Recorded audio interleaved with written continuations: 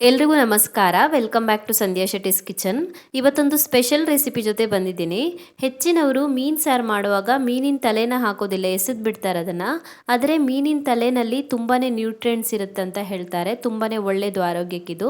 ಇವತ್ತಿನ ವಿಡಿಯೋದಲ್ಲಿ ಮೀನಿನ ತಲೆನ ಯೂಸ್ ಮಾಡಿಬಿಟ್ಟು ಸೂಪರ್ ಟೇಸ್ಟಿ ಆಗಿರುವಂಥ ಹೆಲ್ದಿ ಆಗಿರುವಂಥ ಸೂಪನ್ನು ಯಾವ ಥರ ಮಾಡೋದಂತ ತೋರಿಸ್ತಾ ಇದ್ದೀನಿ.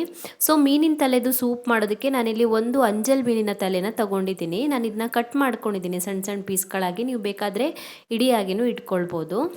ಫಸ್ಟಿಗೆ ಒಂದು ಬಾಣಲಿನ ಕಾಯಿಸಿ ಅದಕ್ಕೆ 2 ಚಮಚ ಆಗೋಷ್ಟು ತೆಂಗಿನ ಎಣ್ಣೆ ಹಾಕ್ಕೊಳ್ತಾ ಇದ್ದೀನಿ, ಕೋಕೋನಟ್ ಆಯಿಲನ್ನು.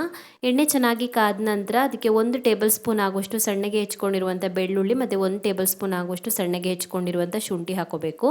ಮತ್ತು 1 ಸಣ್ಣಗೆ ಹೆಚ್ಕೊಂಡಿರುವಂಥ ಈರುಳ್ಳಿನ ಸೇರಿಸಿ ಸ್ವಲ್ಪ ಹೊತ್ತು ಫ್ರೈ ಮಾಡ್ಕೊಳ್ಬೇಕು. ಇದನ್ನು ಸಾಫ್ಟ್ ಆಗೋವರೆಗೂ ಫ್ರೈ ಆಗ್ತಿದ್ದ ಹಾಗೆಯೇ ಇದಕ್ಕೆ ಇವಾಗ ನಿಮಗೆ ಬೇಕಾಗಿರುವಂಥ ತರಕಾರಿಗಳನ್ನು ಹಾಕ್ಕೊಳ್ಳಿ. ನಾನಿಲ್ಲಿ 1/4 ಕಪ್ ಆಗೋಷ್ಟು ಸಣ್ಣಗೆ ಹೆಚ್ಕೊಂಡಿರುವಂಥ ಕ್ಯಾರೆಟ್, ಬೀನ್ಸ್, ಕ್ಯಾಪ್ಸಿಕಮ್ ಮತ್ತು ಕ್ಯಾಬೇಜನ್ನು ಹಾಕ್ಕೊಂಡಿದ್ದೀನಿ. ಹಾಗೆಯೇ ಸ್ವಲ್ಪ ಕೊತ್ತಂಬರಿ ಸೊಪ್ಪನ್ನು ಹಾಕ್ಕೊಳ್ತಾ ಇದ್ದೀನಿ. ಇದನ್ನು ಇವಾಗ ಸ್ವಲ್ಪ ಹೊತ್ತು ಫ್ರೈ ಮಾಡ್ಕೊಳ್ಳೋಣ.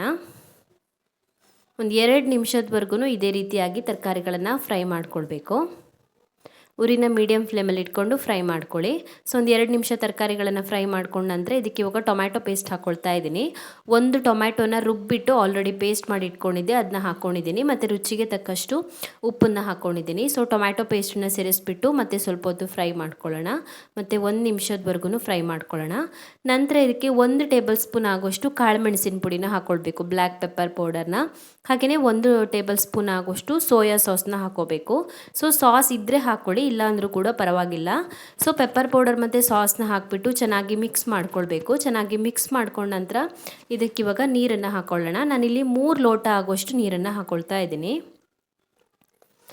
ಚೆನ್ನಾಗಿ ಮಿಕ್ಸ್ ಮಾಡ್ಕೊಳ್ಳಿ ನೀರನ್ನು ಹಾಕಿಬಿಟ್ಟು.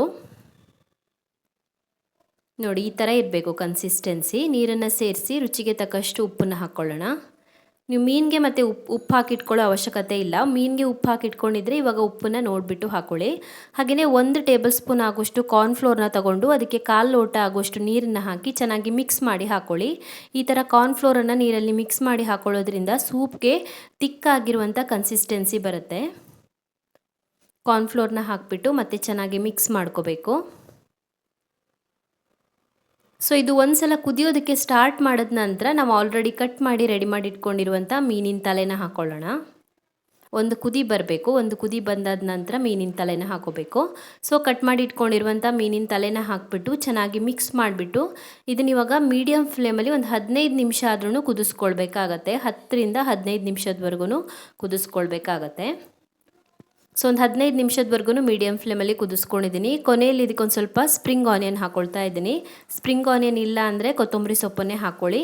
ಸೊ ರುಚಿಯಾಗಿರುವಂಥ ಸೂಪರ್ ಟೇಸ್ಟಿ ಆ್ಯಂಡ್ ಹೆಲ್ದಿ ಆಗಿರುವಂಥ ಮೀನಿನ ತಲೆ ಸೂಪು ರೆಡಿಯಾಗಿದೆ. ರುಚಿ ತುಂಬ ಚೆನ್ನಾಗಿ ಬರುತ್ತೆ, ಹಾಗೆಯೇ ಹೆಲ್ದಿಯಾಗಿಯೂ ಇರುತ್ತೆ. ಇವಾಗಿರುವಂಥ ವೆದರ್ಗೆ ಮಾಡಿಸಿರುವಂಥ ರೆಸಿಪಿ ಅಂತ ಹೇಳ್ಬೋದು.